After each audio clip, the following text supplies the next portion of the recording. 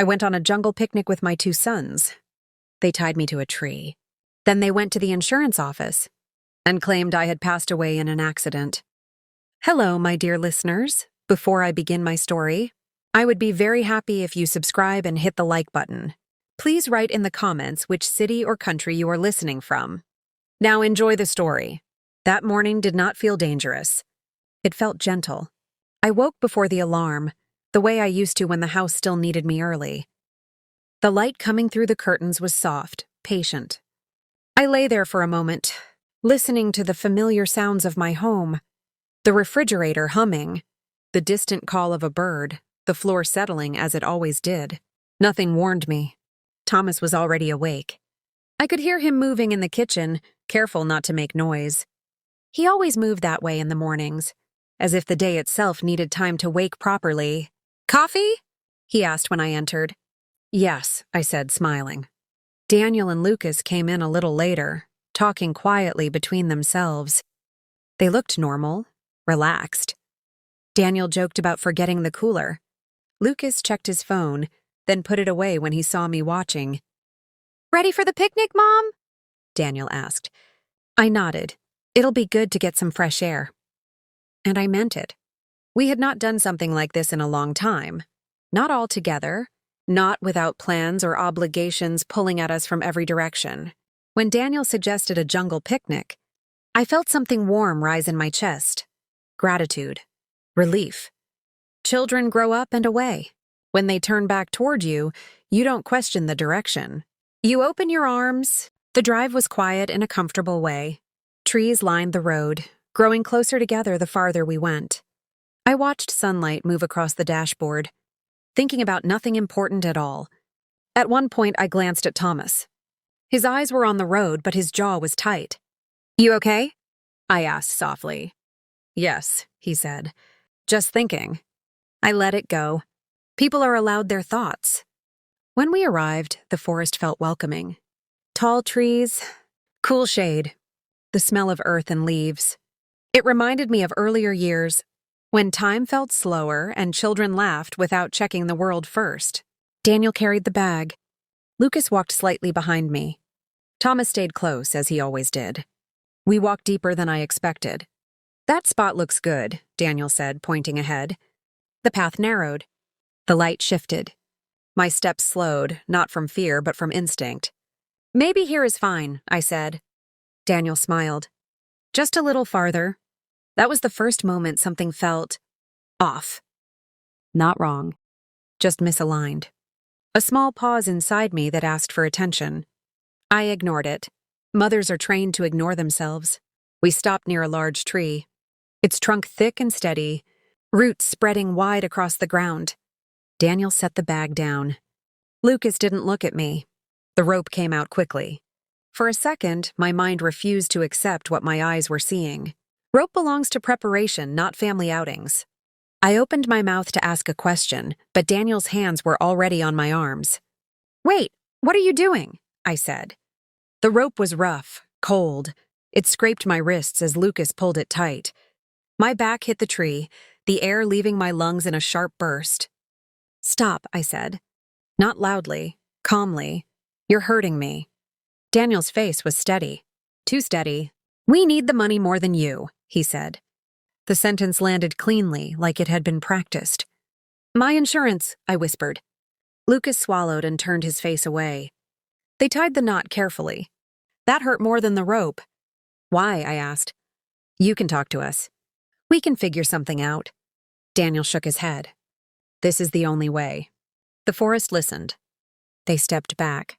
Leaves crunched beneath their shoes. I felt the tree at my back, solid, unmoving, while everything else shifted. "You'll be fine," Daniel said. "Just stay calm." Calm. The word echoed long after they turned away. I called their names once. Then again. My voice sounded strange to my own ears, thin and distant. When their footsteps faded, the forest closed in, not aggressively, but completely. I tested the rope. It didn't give. Time slowed. Not dramatically, methodically.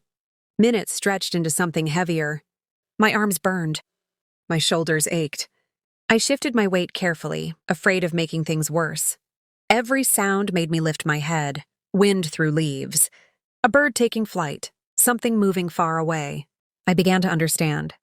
This was not fear. This was intention. They were not planning to return quickly. They were planning to return changed. As the light shifted again and shadows grew longer, a truth settled into me with painful clarity. My sons had decided my life was negotiable. I leaned my head back against the tree and closed my eyes, forcing my breathing to slow. Panic wastes air? I had learned that long ago. I listened. Not for rescue. For time. Because time, I realized, was the only thing still undecided. As the forest grew quieter, one thought held steady in my mind. This plan depended on silence, and silence had already begun. Time did not rush me. That surprised me. After the sound of my son's footsteps disappeared, I expected panic to take over, loud, wild, uncontrollable. Instead, something quieter stepped in. A steady awareness. A counting of breaths. A careful inventory of pain. My wrists burned where the rope pressed into skin. Not a sharp pain. A grinding one. The kind that grows stronger the longer it is ignored. I shifted my weight slightly, testing the knot without pulling too hard. The rope did not loosen. Whoever tied it knew exactly how tight it needed to be. That knowledge sat heavy in my chest. I leaned my forehead against the bark of the tree and let my eyes close for a moment. The surface was cool, textured, alive in its own way. I focused on that sensation because it was real and present, not imagined. Think, I told myself. Not panic. I listened to the forest. Leaves whispered above me. Something moved in the distance and stopped. Birds called to one another, unconcerned with what had just happened beneath them. The world continued without acknowledging my fear. That too felt deliberate. I tried to recall the drive in. The turns. The landmarks. The way the path narrowed. Orientation matters when time stretches. I pictured the road.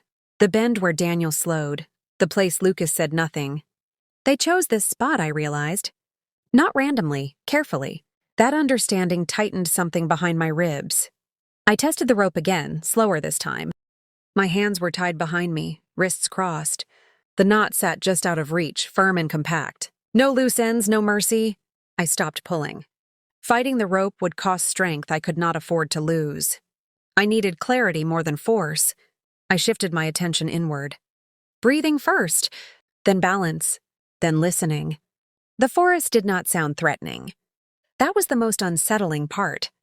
Danger does not always announce itself. Sometimes it blends so well you have to train yourself to see it. Minutes passed, or longer. Time had begun to blur at the edges. I thought of Thomas then, not dramatically, not with tears.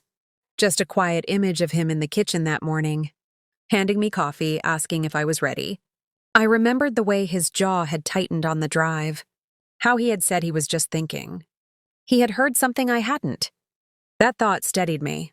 If anyone notices when calm doesn't fit, I told myself, it's him. I did not know then what he had heard or how he would respond. I only knew that he listened differently than most people. He listened for gaps, for what didn't belong. I shifted my shoulders again, easing pressure where I could. Pain flared, then settled into a dull ache. I breathed through it slowly, refusing to let it pull me into panic. Panic wastes time. Time was all I had. As the light shifted, the forest changed its tone. Shadows lengthened. The air cooled slightly. Sounds grew farther apart. I became acutely aware of how exposed I was. How small a person feels when tied to something that will not move. I called out once. Hello? My voice sounded strange, too loud in my own ears, swallowed quickly by distance. No answer came back. I did not repeat myself. Calling blindly would drain my voice and accomplish nothing. Instead, I waited.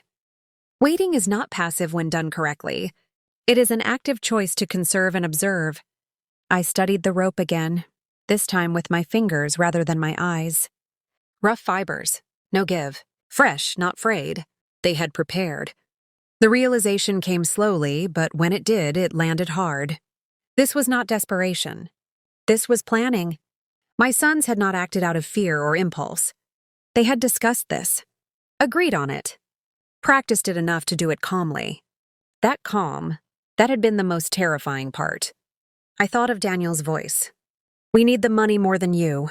Not angry, not raised. Certain. I thought of Lucas turning away, his silence louder than words. Silence can be agreement when left unchallenged. The forest darkened another shade.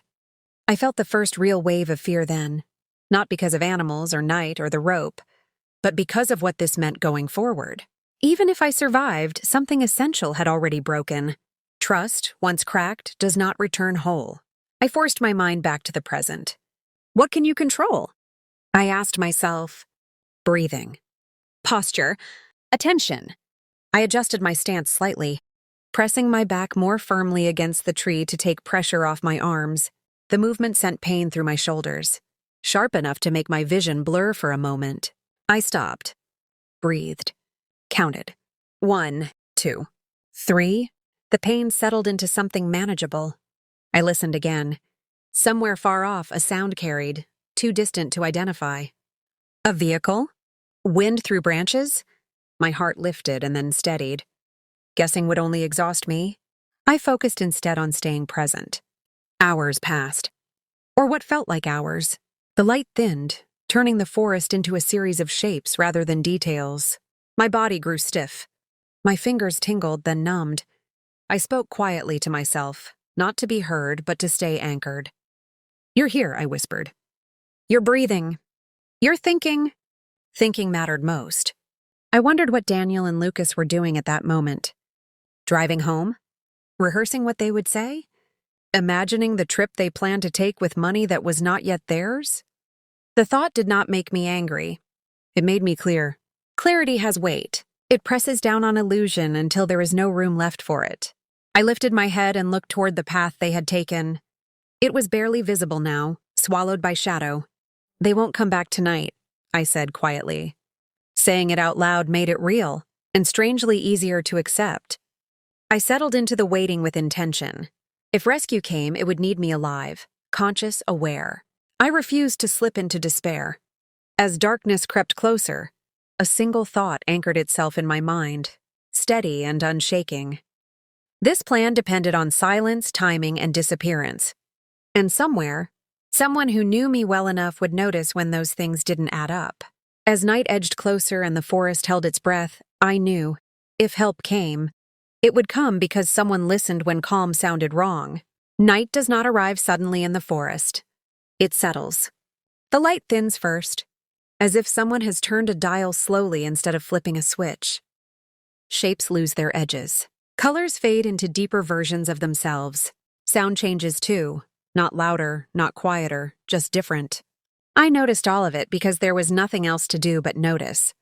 My arms had gone numb in stages. First the burning, then the tingling, then a dull heaviness that felt almost separate from my body.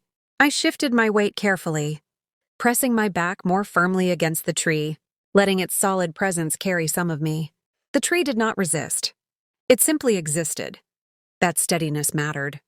I focused on my breathing again. In through the nose, out through the mouth. Slow enough to count, steady enough to trust. When panic tried to rise, I did not fight it. I acknowledged it and let it pass through, the way I had learned to do years ago when life had tested me in quieter ways. Fear grows when it is argued with. It shrinks when it is observed. The forest had a rhythm at night. Insects began their work, a layered hum that rose and fell like distant waves. Something moved nearby, small, quick, then disappeared.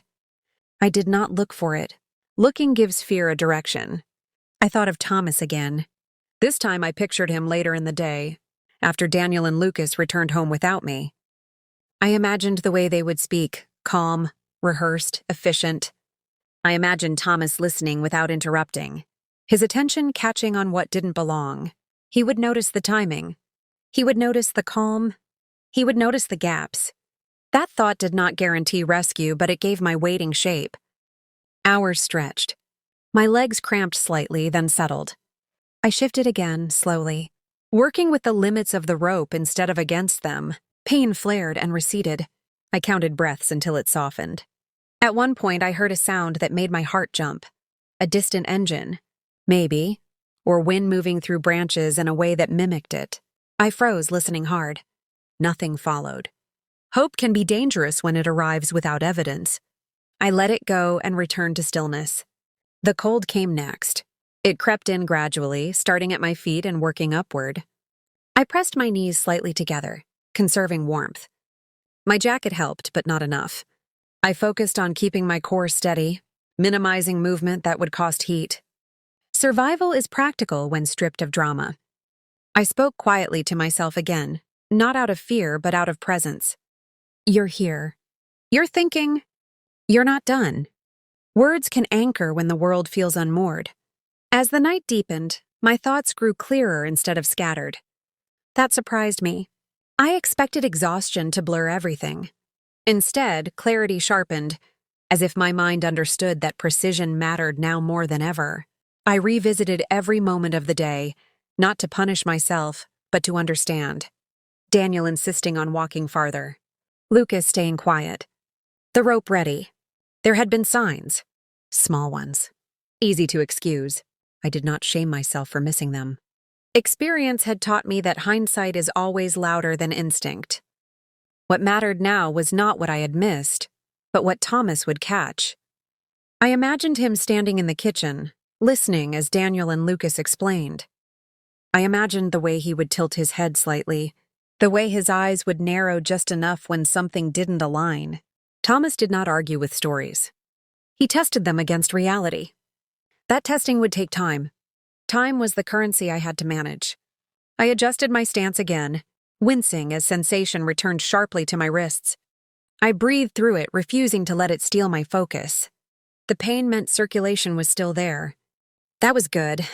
The forest grew quieter in the way it does late at night, not silent but settled. Sounds spaced themselves out. The air felt heavier, cooler. I wondered briefly if Daniel and Lucas were asleep by now. If they were dreaming of planes and cities and freedom they believed they had purchased. The thought did not enrage me. It clarified me. They had chosen a future that required my absence.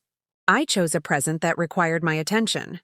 Sometime later, how much later I could not tell, clouds moved across the sky, dimming the little light that had filtered through the trees. Darkness deepened. I closed my eyes for a moment, not to sleep, but to rest them.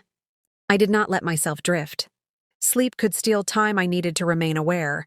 I stayed in a state between, alert but calm, present without panic.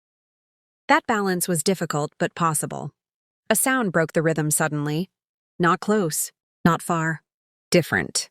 I lifted my head slightly, straining to listen without moving too much. It came again, faint, irregular. Not part of the forest's usual language. My heart beat faster, but I kept my breathing slow. Don't guess, I told myself. Listen. The sound did not repeat immediately. Minutes passed. My pulse settled back into its steady rhythm. I realized then how much energy guessing consumes. Waiting, done correctly, uses less. The cold intensified. My teeth chattered once, then I stilled them deliberately. I pressed my tongue to the roof of my mouth and focused on controlled breathing to keep warmth in my core. I had survived worse discomforts in life. Illness, grief, long nights of worry. This was another test, different only in shape. I reminded myself of something important. This situation had an end. I did not know when, but it existed. Endings are easier to wait for when you believe they are real. As the night stretched on, my thoughts returned to something Thomas once said years ago during a completely different kind of difficulty. Calm is useful, he had said, but only when it's honest. That sentence echoed now with new weight. Daniel's calm had not been honest.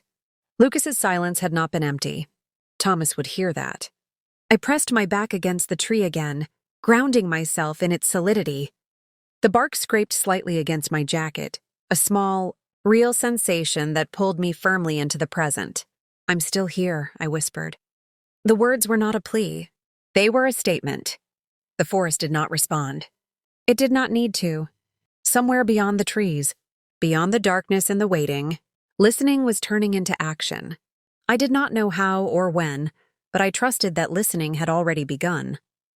As the longest part of the night settled around me, one truth stayed steady. This silence could not last forever, because someone was already questioning it, The house sounded different when Daniel and Lucas came back without her. Not louder, not quieter, different. Thomas noticed it the moment the door closed behind them. Sound has weight when you've lived long enough to recognize it. Their steps were too measured, their voices too settled. Relief when real stumbles. It interrupts itself. It carries urgency. This did not. She didn't come back, Daniel said, placing the keys on the counter carefully. We searched everywhere. Lucas nodded. 3 days. We couldn't find her. Thomas did not respond right away. He poured himself a glass of water, the sound of it filling the space between their words. He watched their reflections in the window, 2 grown men standing too still. Where did you look? He asked finally. Daniel answered quickly. Too quickly. Names of trails, descriptions of turns, details stacked neatly as if arranged in advance. Lucas added nothing. Silence, Thomas knew, can be agreement. He listened past the words. He listened for the places where worry usually slips through. Raised voices, repeated phrases, contradictions born of fear. None appeared. Calm can be a performance.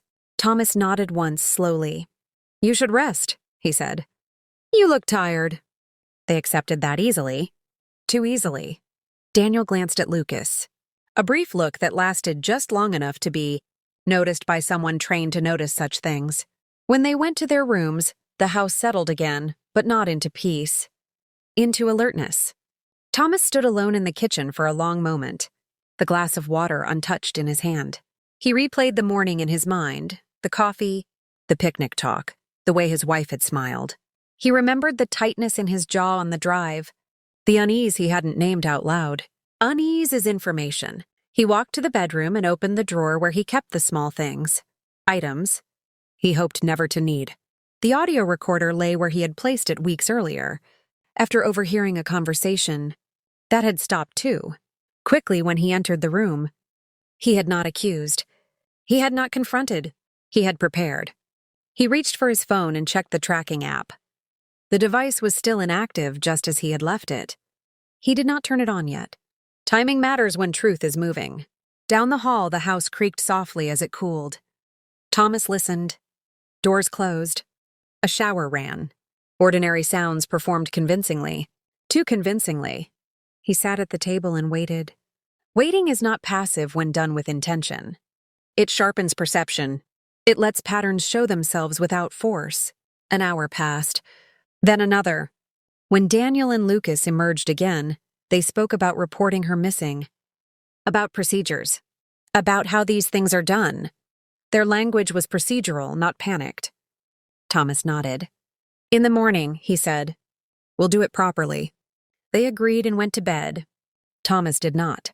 He returned to the bedroom and closed the door quietly. He sat on the edge of the bed and allowed himself one full breath, slow, deliberate. Then he opened the app and turned on the tracker. The screen woke.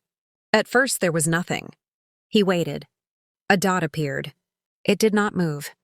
He stared at it, unmoving, letting the reality settle without interpretation. Then slowly, the dot began to drift, not toward town, not toward roads they had mentioned. Away. Thomas stood. He did not wake the house. He did not call anyone. Noise would only slow what needed to happen next. He grabbed his jacket and keys and left without turning on the porch light. The road welcomed him back with the same quiet patience the forest had earlier that day. He drove without rushing, following the signal's steady pull. Each turn narrowed the margin for doubt. This was not confusion.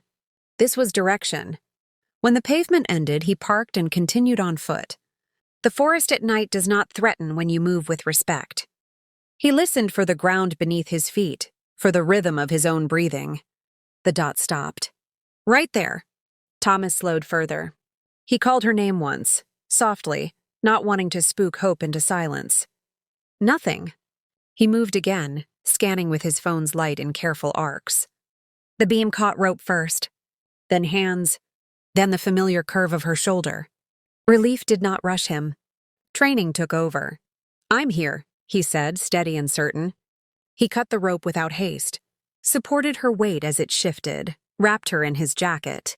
He kept his voice low, calm, factual. Calm when honest heals. As they moved back toward the car, Thomas felt certainty settle into place. Not relief, not anger. Resolve. What he had heard weeks ago had been real. What he had prepared for had arrived. And now listening had become action. As the forest released her back into his arms, Thomas knew the quiet plan that depended on silence had already failed. The rope did not leave my body all at once. Even after Thomas cut it and the tension released, my arms did not understand what freedom meant yet. Blood rushed back in sharp waves, a deep burning that traveled from wrists to shoulders, then settled into my chest like heat finding air. Slow, Thomas said. We'll go slow. His voice did not ask anything of me. It told me what was happening. He held me close without squeezing, giving my body room to remember itself. His jacket smelled like home, soap, wind, the faint trace of coffee from the morning. Familiarity steadied me more than words ever could. I've got you, he said. I believed him. The forest did not resist our leaving. It opened into the path we had come through earlier, shadows shifting as the phone's light moved ahead of us. My legs trembled, not from fear, but from release. Thomas adjusted his grip, patient, unhurried. Each step away from the tree felt deliberate, like reclaiming something that had been paused rather than lost. At the car, he helped me sit carefully, adjusting the seat so my arms could rest without strain. He wrapped the jacket tighter around my shoulders and closed the door gently, as if sudden noise could undo what had just been won. The engine started. The sound felt strange after hours of listening for danger. As we pulled away, I turned my head and looked back once. The tree stood as it always had, silent, steady, indifferent. It did not look like a villain or a savior. It looked like a witness. That mattered. The drive out of the forest felt longer than the drive in, though I knew it wasn't. My body shook intermittently, waves of delayed reaction moving through me without asking permission. Thomas noticed each one without comment. He placed his hand on my knee when the shaking returned, grounding me in the present. You're safe, he said quietly. The words landed slowly, but they stayed. When we reached a place where the road widened and lights appeared again, my breathing finally deepened. The world felt less fragile, less temporary. The night air moved freely through the open window, cool against my face. Thomas pulled over briefly at a clearing and spoke into his phone in short, precise sentences: location, condition, next steps. His voice was the same one he used for ordinary problems, and that normalcy helped my body believe this was real. Help would come, but it no longer had to rush. When responders arrived, there was no chaos. Questions were asked gently. My wrists were examined and wrapped. My balance checked. I answered slowly, choosing clarity over speed. My sons did this, I said when asked. The sentence moved forward without resistance. It landed on paper and became part of the world outside my body. That felt important. As they guided me into the vehicle, the forest slipped behind us fully. Darkness gave way to streetlights. The hum of motion replaced the listening silence. I closed my eyes briefly, not to escape, but to rest. Images came anyway. Daniel's calm voice. Lucas turning away. The knot tightening. I opened my eyes again. Stay with me, Thomas said softly. I am, I replied.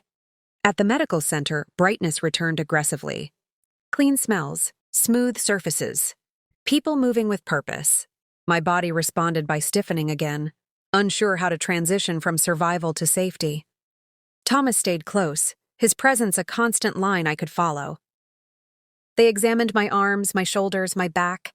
They asked me to describe pain levels, to move fingers, to lift my arms carefully. I did everything slowly, deliberately, refusing to rush recovery the way danger had rushed me. You were lucky, someone said. No, I replied quietly. I was listened to. The room accepted the correction. Later, when the door closed and the room settled into a softer quiet, Thomas sat beside me. His posture relaxed for the first time since the forest. They came home, he said. They told me you went missing. I nodded. I know. They said they searched for 3 days. And you didn't believe them. No, he said simply. I listened. Listening, again. I turned my head to look at him. When did you decide to come after me? He didn't hesitate. when the tracker showed movement that didn't match their words. That was it. No speech. No heroics. Just a point where attention turned into action. Exhaustion settled into my bones.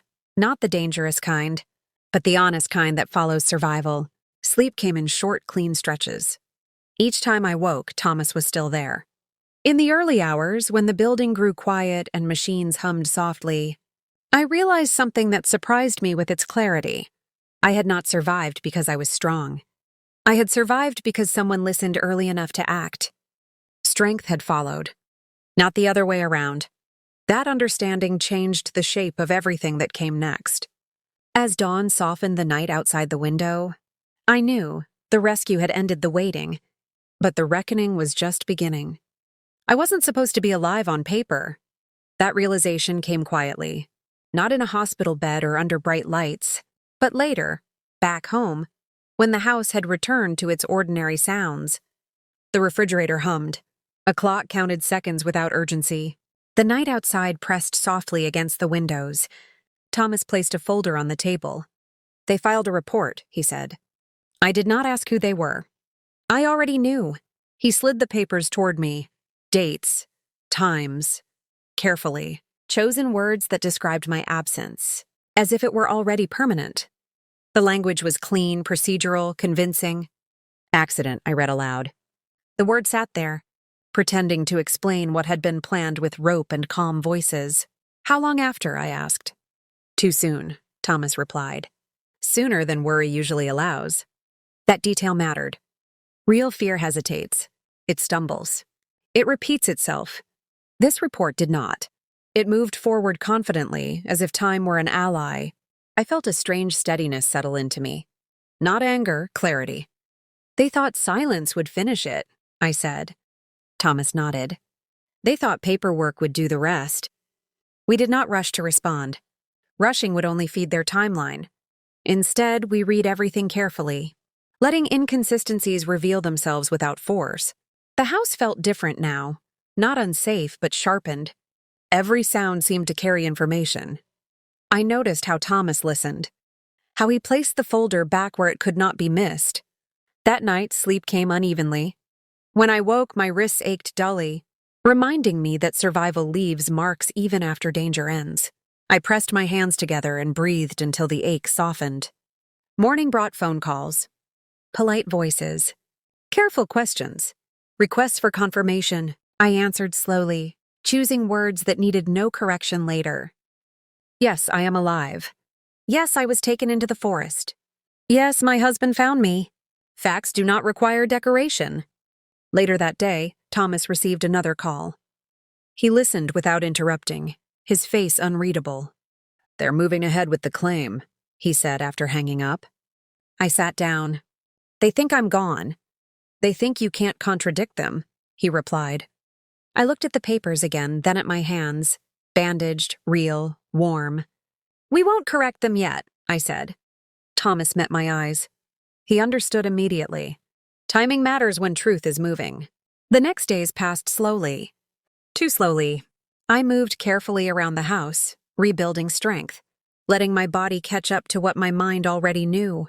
Thomas stayed close without hovering, attentive without asking questions that needed no answers. At night, I listened to the house settle and thought about Daniel and Lucas, where they were, what they were saying, how confidently they were repeating their version of events. Confidence, I had learned, is not proof. The call from the insurance office came sooner than expected. "They'd like the family present," the voice said politely, "for next steps." Family? The word felt heavier than it should have. Thomas looked at me when I ended the call. "We'll go together," he said. "Yes," I replied. Together. That night I chose clothes deliberately. Not to impress, not to provoke. I wanted nothing about my appearance to distract from the only truth that mattered. I was alive. I slept better than I expected. When morning came, it arrived without fear. My body felt tired but steady. The kind of tiredness that follows effort, not danger. On the drive to the office, the city moved as it always did. People crossed streets. Stores opened. No one knew what waited inside the building we were approaching. That anonymity felt grounding. Inside, the air smelled like paper and polished. Surfaces, neutral, controlled, built for conclusions. Daniel and Lucas were already there, seated side by side, speaking quietly. They did not see me at first. When I stepped forward, the sound Daniel made was not a word.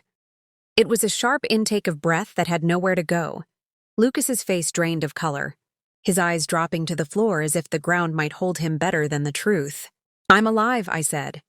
The room shifted. Chairs scraped softly. Conversations stopped mid-sentence. Someone dropped a pen and did not pick it up right away. Thomas placed the recorder on the table. "Please," he said calmly. "Play this." The voices filled the room, clear, unprotected, unprepared to be heard here. Daniel's certainty, Lucas's silence, the planning unfolding without apology. Faces changed as listening turned into understanding. The air grew heavier, not with emotion, but with consequence. Someone excused themselves. Another made a call. I stayed seated. For the first time since the forest, I was not reacting. I was arriving. Daniel tried to speak. I raised my hand gently. "Not here," I said. "Not now." An official returned, voice more formal than before.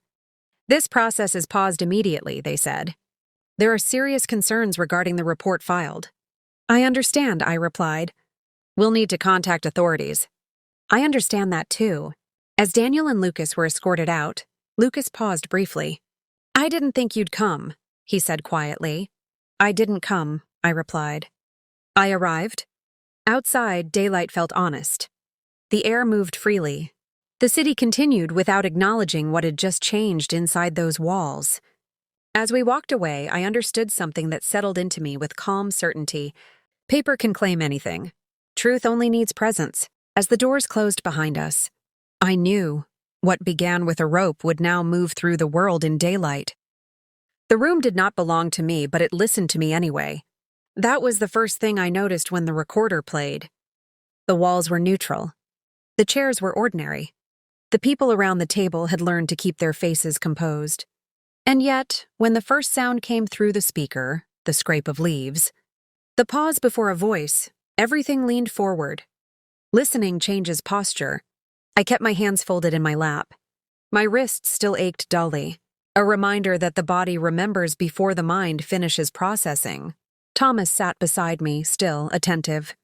He had placed the recorder down with the same care he used when setting a glass on the counter. No rush, no performance.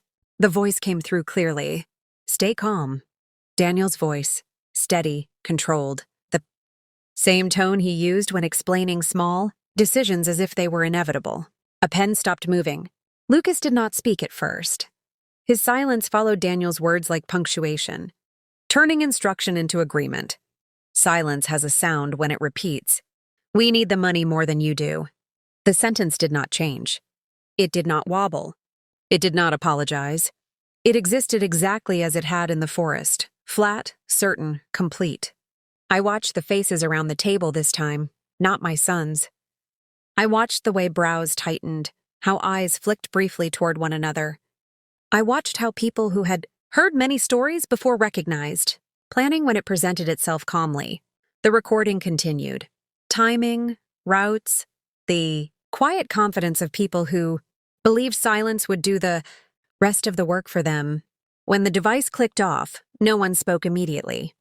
Silence now belonged to the truth. An official cleared their throat. Another excused themselves quietly and left the room. I stayed seated. The chair felt solid beneath me. That steadiness mattered. "We'll be proceeding," someone said finally. The tone had shifted, less polite, more precise.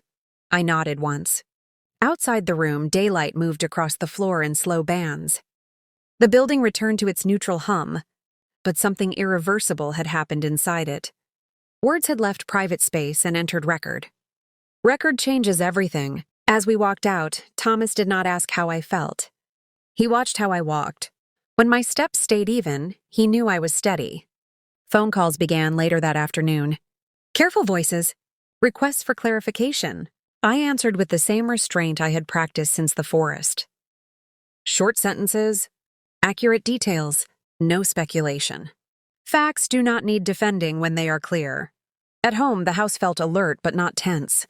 I noticed how often Thomas paused before speaking, how he chose words that would not need correction later. We ate simply. We drank water. We rested when our bodies asked for it. That night, I slept longer than I had in weeks. Dreams came, but they were different now.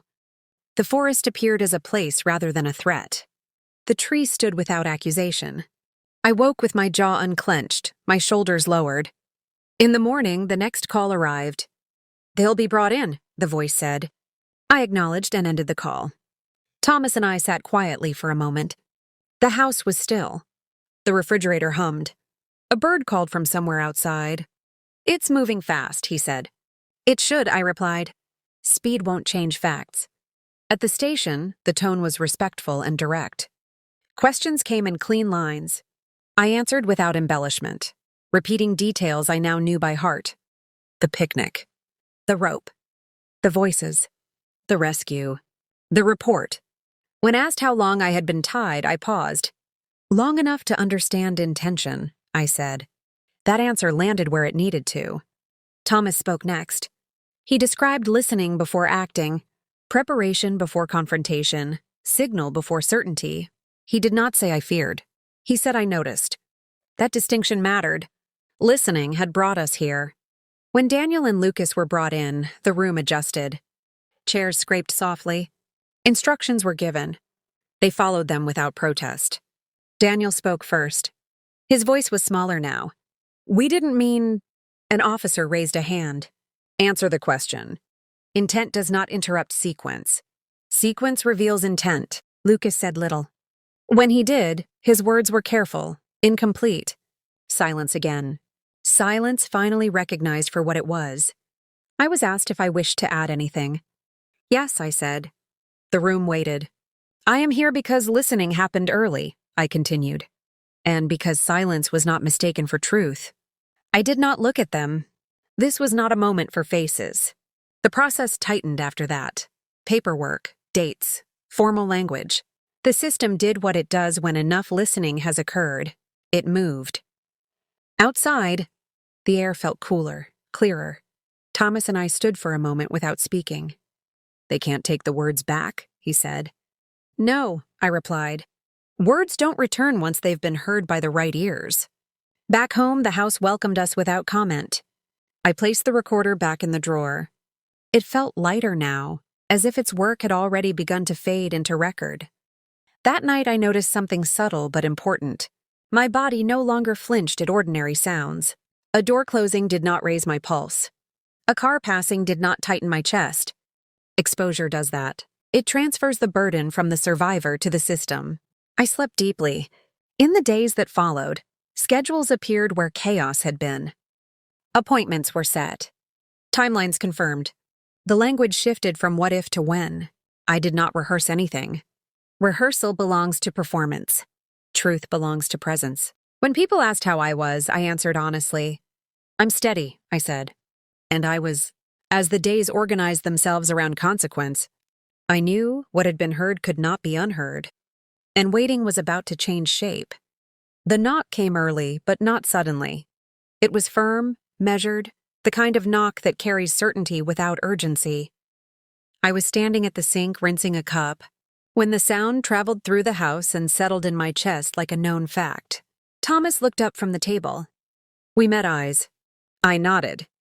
We did not rush. When he opened the door, 2 officers stood there, their posture respectful, their expressions neutral. Neutrality has weight when it arrives after truth. "It means the moment is no longer personal. We're here to proceed," one of them said. "I understand," I replied. They did not ask me to sit. They did not ask me to explain. Those steps had already been completed elsewhere, on paper, on record, in rooms that had listened carefully. Now the system was simply moving forward. The drive was quiet. The city looked ordinary, stores opening, people crossing streets, a bus pulling away from a stop. I noticed how everything continued without pausing to acknowledge what was about to happen. That felt appropriate. Consequence does not require an audience. At the station, the air was cool and still. Floors shone with the kind of cleanliness meant to signal order. We were directed to a waiting area. then to a room with a table and chairs arranged carefully to keep distance clear. Daniel entered first. He looked smaller than I remembered, not younger, not weaker, but diminished by the absence of certainty. The calm he had worn so easily before did not fit here. It slid off him and pooled on the floor, useless. He sat. Lucas followed later, eyes fixed ahead, jaw tight. He did not look at me. I did not ask him to. The officer read the words in a tone that did not accuse or soothe. It simply stated, "You are being taken into custody." No shouting followed. No sudden movement. Just a sharp inhale from Daniel, a long exhale from Lucas, and the quiet scrape of chairs as they stood when directed. I felt something then. Not relief, not satisfaction. Finality. As they were guided away, Daniel looked back once. His eyes searched my face for something familiar, something that might interrupt the moment. I met his gaze calmly. I did not nod. I did not turn away. I simply stood. That was enough. The paperwork took time. Names, dates, signatures. The mechanical part of consequence often lasts longer than the emotional one. I signed where asked. Thomas signed beside me. The officers thanked us for our cooperation. Outside, the light felt unchanged. That steadiness grounded me. At home again, the house settled into a quiet that felt earned. Not empty, clear. Thomas set the kettle on and waited for the water to heat. "They're moving to hold," he said. "I know," I replied. He handed me a cup. Our hands brushed. Ordinary contact can feel extraordinary after survival. The first court date arrived quickly. The language was formal. The timeline firm. I placed the date on the calendar without circling it. That night, sleep came in longer stretches. When I woke, I noticed my shoulders were no longer braced. My body had accepted that the waiting had changed shape. It no longer asked what if. It asked what next. Courtrooms are colder than you expect, not in temperature, but in tone. Stone and wood shaped to remind you that emotion does not decide outcomes. I sat beside Thomas and let the room be what it was. When Daniel and Lucas entered, the air shifted again. Not dramatically, precisely. They looked at the floor. They followed instructions. They listened. Listening now belonged to them. Proceedings unfolded with a rhythm I had learned to trust. Statements referenced. Evidence admitted. Timelines affirmed. The recording existed in the room even when it was not played, its presence shaping everything said around it. When the judge spoke about conditions and dates, the words landed without resistance. I did not count the days. Counting gives waiting too much power. After the hearing, we stepped outside and stood for a moment, letting the air move freely around us. Thomas did not ask how I felt. He watched how I stood, upright, steady. "You're okay," he said. "Yes," I replied, "I am." In the days that followed, the city returned to routine. Groceries were bought. Mail was sorted. A neighbor waved. Life resumed its ordinary demands without apology. I noticed how my attention changed. I listened more carefully now, not for danger, but for truth. When something felt misaligned, I did not explain it away. I paused. I considered. I chose. That habit felt like strength. The next hearing arrived. More structure. Less noise. The system narrowed its focus, stripping away what did not matter until only what mattered remained. I was asked if I wished to address the court. I stood. "I am not here to add emotion," I said. "I am here to confirm facts." I stated them briefly. The picnic, the rope, the recording, the rescue, the report. I did not raise my voice. I did not lower it. When I finished, I sat. The judge nodded once. That nod carried weight. Outside again, Thomas and I walked without speaking for several blocks. Words would come later if they were needed. Silence now felt cooperative rather than threatening. That evening, I cooked dinner and noticed something small but important. My hands did not shake. The knife moved cleanly through vegetables. The rhythm of preparation steadied me. After we ate, Thomas said quietly, "It's happening." "It already has," I replied. We sat together in the living room, the lights low. The house breathed around us, familiar and unremarkable. I leaned back and closed my eyes for a moment. Not from exhaustion, but from recognition. The system had taken hold. Listening had turned into custody. Silence had lost its shelter, and with that something inside me loosened. As night settled and the house grew still, I knew the path ahead was set, and waiting no longer felt dangerous. Court does not feel dramatic when you finally sit inside it. It feels measured. The room was larger than I expected, but quieter. Wood polished by years of waiting, stone that held echoes without repeating them. People took their places without speaking, as if the space itself discouraged excess. Thomas sat beside me. Our shoulders did not touch, but the distance between us felt intentional. Room to breathe, room to stand when needed. When Daniel and Lucas entered, the air shifted, not sharply, but precisely. Chairs creaked softly. A clerk adjusted papers. The judge looked up, then back down. Proceedings began without preamble. Timelines were read, evidence referenced, language tightened until it held no extra meaning. I listened to the words as if they belonged to someone else's life. And that distance helped me stay steady. The recording was mentioned again. Not played this time. It did not need to be. Its existence shaped everything that followed. Like gravity shaping movement without being seen. The defense spoke about confusion, about stress, about moments that spiraled. Moments do not tie knots. Moments do not arrange reports. Moments do not wait calmly for silence to do their work. The judge listened without interruption. When I was asked to speak, I stood slowly, not because I needed time, but because standing slowly gives words space to land. I will be brief, I said. The room waited. I trusted my children, I continued. That trust did not create what happened. It revealed it. I paused, breathing evenly. I survived because listening happened early and because attention turned into action. I did not look at Daniel or Lucas. This was not a moment for faces. I sat. The judge nodded once. A small movement that carried more weight than applause ever could. Waiting followed. Waiting in court is different from waiting in the forest. In the forest, time threatens. In court, time clarifies. It allows consequence to assemble itself without noise. When the judge spoke again, the room leaned forward, not physically, but attentively. Words like guilty and sentence entered the air, steady and final. 10 years. The number settled without echo, like a door closing the way doors are meant to close. Daniel lowered his head. Lucas exhaled slowly, a long breath that sounded like something finally giving way. I felt no rush, no relief, no collapse, just alignment. As we left the courtroom, a clerk touched my arm gently. "You were very composed," she said. I nodded. I had practice. Outside, daylight felt honest. The city resumed its rhythm without acknowledging what had just been decided. That indifference felt like peace. Thomas and I walked for a block before either of us spoke. "It's decided," he said. "Yes," I replied. "Now it becomes ordinary." That night at home, we cooked a simple meal. We ate slowly. We washed dishes side by side. Ordinary motions anchored us to the present in a way no verdict ever could. Later, I stood by the window and watched lights move along the street.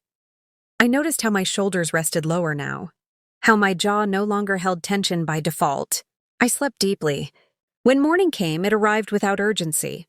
The calendar showed no circled dates. No hearings. No waiting rooms. Just a day. I stepped outside and breathed in cool air. The ground felt steady beneath my feet. Somewhere nearby, someone laughed. A car door closed. Life continued. Justice had not given me my life back. It had simply stopped someone else from taking it. The rest, what I would do with my days, how I would listen, when I would speak, belonged to me again. As the day opened without demands, I knew the quiet that followed would teach me how to live again. The sentence did not arrive with thunder. It came quietly, the way decisions do when they are already earned. Words spoken evenly. Numbers stated without flourish. A tone that suggested the room had finished weighing and found no reason to hesitate. 10 years. The number settled in my mind without resistance. It did not bounce. It did not echo. It simply sat where it belonged, heavy enough to matter, solid enough to end the question. I watched Daniel's shoulders drop. Not dramatically, precisely, as if something he had been holding up for a long time finally realized. It was no longer required. Lucas breathed out slowly, a long exhale that sounded like release more than regret. I did not look away. I did not lean forward. I remained still. Stillness now was mine.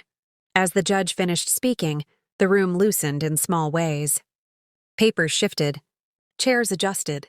People prepared to leave, their roles completed for the day. The system moved on because it could. Outside, the hallway felt longer than before. Consequence stretches space.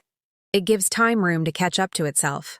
Thomas walked beside me, his pace matched to mine. He did not ask how I felt. He already knew to watch instead. My steps were even, my breathing steady, my hands relaxed at my sides. "You're grounded," he said quietly. "Yes," I replied, "I am." We left the building together. The doors closed behind us without ceremony.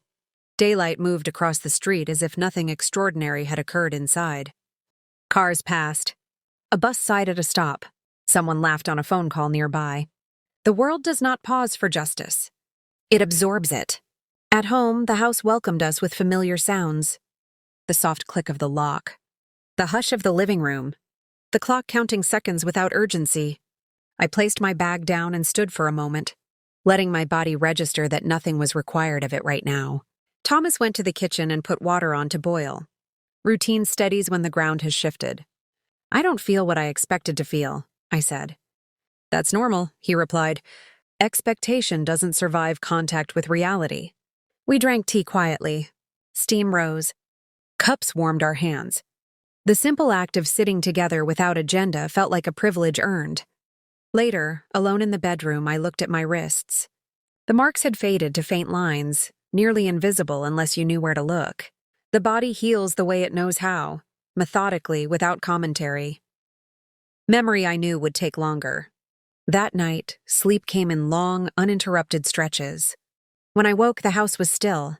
No phones ringing. No appointments waiting. No decisions pending. Just morning. I opened the curtains and let light fill the room. Dust moved lazily in the air. The day made no demands. Over the next days, people reached out in different ways.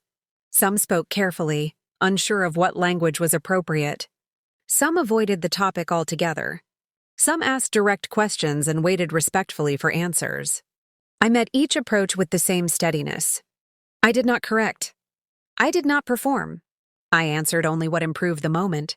"I'm okay," I said when asked. And I was. Thomas and I talked about small things, groceries, repairs, a plant that needed repotting. We talked about larger things too, but without urgency. The future no longer pressed against us. It waited. One afternoon, I found myself reorganizing a drawer that had bothered me for years.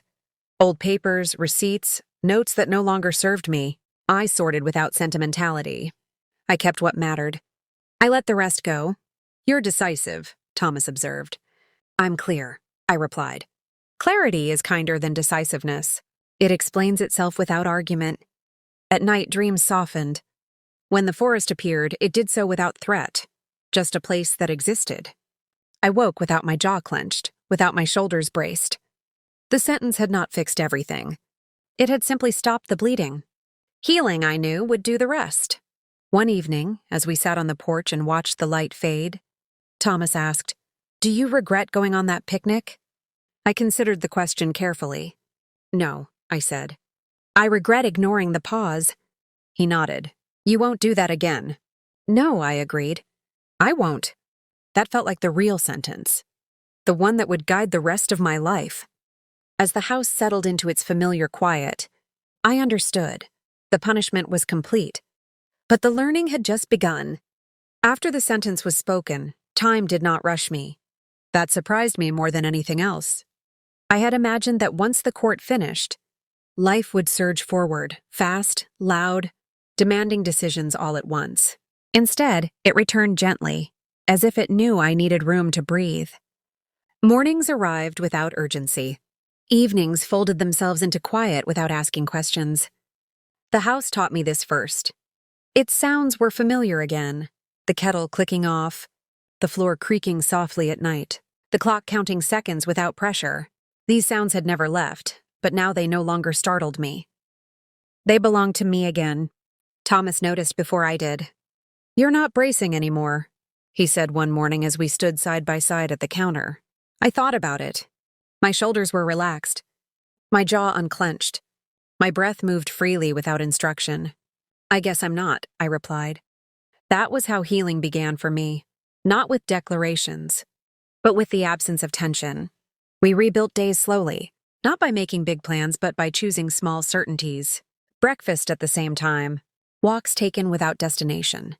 Evenings where the television stayed off and conversation drifted wherever it wanted to go.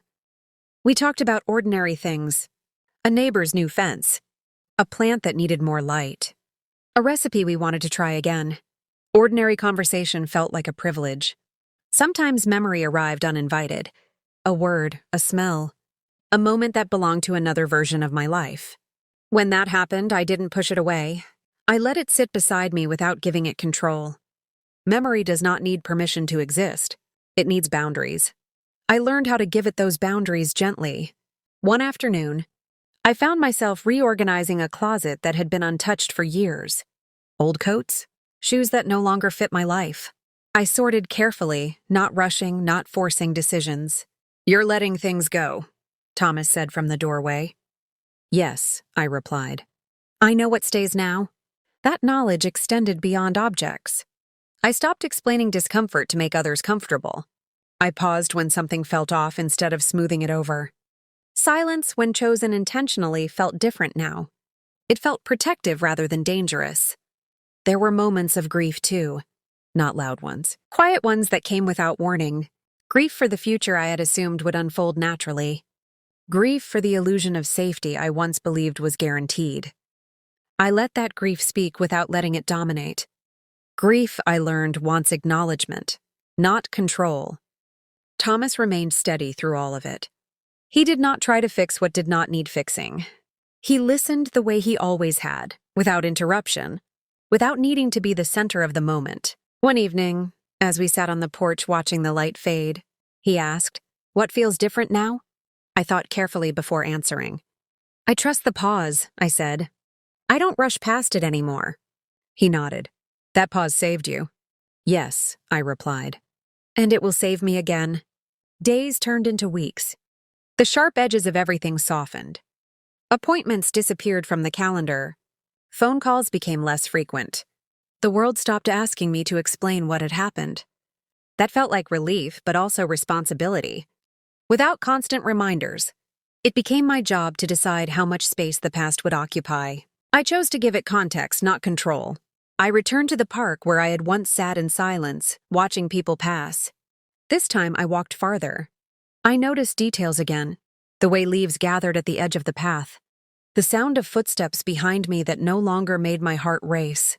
My body was learning trust again. Trust, I realized, is not blind after survival. It is informed. It knows what to watch for. At home, Thomas and I talked about the future differently now. Not in terms of protection or prevention, but in terms of intention. "What do you want our days to feel like?" he asked. "Unhurried," I said. "Honest." We planned small trips. Nothing ambitious. Just places where quiet was not suspicious and stillness did not need justification. A lake, a small town, somewhere we could sit and let time move at its own pace. One afternoon, while sorting papers, I found the insurance documents again. The same pages that had once represented danger. I held them calmly this time. Paper had tried to decide my fate. It failed. I placed the documents back where they belonged, not hidden, not displayed, integrated. That felt right. Sleep continued to deepen. Dreams softened. When the forest appeared, it did so without fear, just a place that existed, no longer holding me. I woke with gratitude instead of vigilance. The biggest change came quietly. I stopped asking myself, what if? What if I had noticed sooner? What if I had spoken differently? What if I had trusted myself earlier? Those questions no longer improved my days. I replaced them with a different one. What am I choosing now? That question returned power without noise. Thomas noticed it too. "You're present," he said one evening. "I worked hard to get here," I replied. And I had, not by fighting, not by proving, but by listening, first to danger, then to myself. As the season shifted and the air grew cooler, I realized I was no longer waiting for anything to finish. Life had resumed its quiet work, and I was participating fully. The story of what happened would always exist, but it no longer stood at the front of my days. It had taken its place, behind me, not above me. As the nights grew calmer and the days lighter, I knew the final lesson would not come from survival, but from age. There is a kind of knowing that only comes with age. It does not arrive loudly. It does not argue. It does not rush to prove itself. It waits quietly, collecting evidence, until one day it speaks, and when it does, it no longer asks for permission. After everything had ended, the hearings, the sentence, the return to ordinary days, I found myself thinking less about what happened and more about what I understood, now that I did not understand before. Age does that. When you are younger, you believe love means patience without limits. You believe endurance is the same thing as strength. You believe silence keeps families together and calm prevents harm. But age teaches something else. Age teaches that silence can be dangerous when it hides truth. That calm can be rehearsed. That patience without awareness can become permission. I did not lose my life because I trusted. I almost lost it because I ignored the pause. That pause, the small moment inside that asks you to look again, to listen more carefully, to question calm when it feels too smooth. That pause tried to speak to me that day in the forest, long before the rope appeared. I did not listen then, but someone else did. Thomas did not act out of fear or anger. He acted out of attention. He noticed what did not belong. He prepared quietly instead of confronting loudly. He trusted listening more than noise. That lesson changed the shape of my life. Now when something feels misaligned, I stop. I do not rush to explain it away. I do not soften it to protect someone else's comfort. I pause and let clarity arrive. Clarity is not cruel. It is protective. Thomas and I live more simply now. Not smaller, simpler. We choose fewer things and choose them carefully. We protect mornings. We protect quiet. We protect the right to say no without apology. We talk less about plans and more about values. What matters today? He asks sometimes. And I answer honestly, not what should matter, what does. Some days it is rest. Some days it is movement. Some days it is speaking. Some days it is silence, chosen, not forced. I no longer confuse silence with peace. Peace is active. It requires awareness. It requires boundaries. I think often about elders, about how many lessons go unheard because they are spoken softly. We are taught to listen to urgency, to confidence, to volume. But wisdom rarely shouts. Wisdom watches. If there is one thing I would pass on, it is this. Pay attention to the small unease, the pause in a voice that does not belong, the calm that feels practiced instead of honest. Those moments are not nothing. They are warnings dressed as manners. I do not carry anger anymore. Anger served its purpose. It sharpened my attention. But I do not need it now. What I carry instead is alignment. My thoughts match my actions. My boundaries match my words. That is peace. Sometimes late in the evening, when the house has finished speaking for the day, I sit quietly and remember the forest, not with fear but with clarity. It reminds me how quickly a life can be reduced to paperwork if no one interrupts the process. And it reminds me how powerful interruption can be when it arrives with intention. I survived not because the world was kind. I survived because someone listened early enough to act. And because afterward, I chose not to disappear quietly back into a smaller version of myself. Age does not make you invisible. It makes you precise. You stop wasting words. You stop excusing harm. You stop mistaking endurance for virtue. You learn that your life does not need permission to take up space. I am not afraid of quiet anymore. I am afraid of ignoring what quiet tries to tell me. That is the difference age makes. Not bitterness, not hardness. Clarity. And clarity, once earned, is the strongest thing you can carry forward. I am still here, not because time allowed it, but because listening arrived before silence could finish its work.